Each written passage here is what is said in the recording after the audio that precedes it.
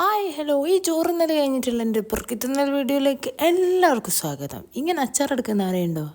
എനിക്ക് ഭയങ്കര ഇഷ്ടം. ഇതിൻ്റെ തുടക്കം കുറിച്ച് ചെയ്താൽ ഈ പുഡിങ്ങിലൂടെ ഉണ്ട്. ഈ പുഡിങ്ങിൻ്റെ വീഡിയോ നിങ്ങളെല്ലാവരും കണ്ടിട്ടുണ്ടാവും. നൈസ് പുഡിങ് ആട്ടോ. മാംഗോയും കേക്കും വിപ്പിംഗ് ക്രീമും ഒക്കെ വന്നിട്ടുള്ള ഒരു അട്ടാറ് സാധനം. അത് കഴിഞ്ഞ് നേരെ പുറത്തോട്ട് പോയിട്ട് ഈ ഒരു സാധനമാണ്. ഈ സാധനം പേഴ്സണലി എനിക്ക് അത്ര ഇഷ്ടമല്ല. എന്നാലും ആരെയും വാങ്ങി തന്നാലൊക്കെ ഞാൻ വേണ്ടാന്ന് പറയൂല.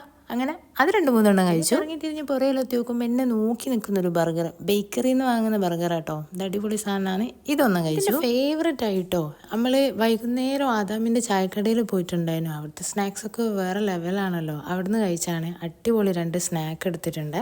അത് കഴിഞ്ഞൊരു മുട്ടമാലയും മുട്ടസുറുക്കയും കഴിച്ചിട്ടുണ്ടായിരുന്നു.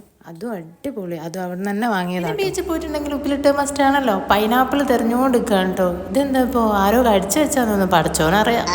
പിന്നെ എന്തെല്ലോ എടുത്ത് മസാലയൊക്കെ തേച്ച് തിന്ന്. പിന്നെ ഞാൻ വാങ്ങിയത് ഐശ്വര്യ. ബീച്ചിൽ വന്നതിൻ്റെ ഐശ്വര്യ മസ്റ്റ് ആണല്ലോ. ഞാൻ വാങ്ങിയത് മിക്സ് ആട്ടോ. അതാകുമ്പോൾ എരിവും മധുരമൊക്കെ അതിൽ തന്നെ ഉണ്ടല്ലോ. ഒരു പുതിയ ഭാരം തന്നെ അല്ലേ.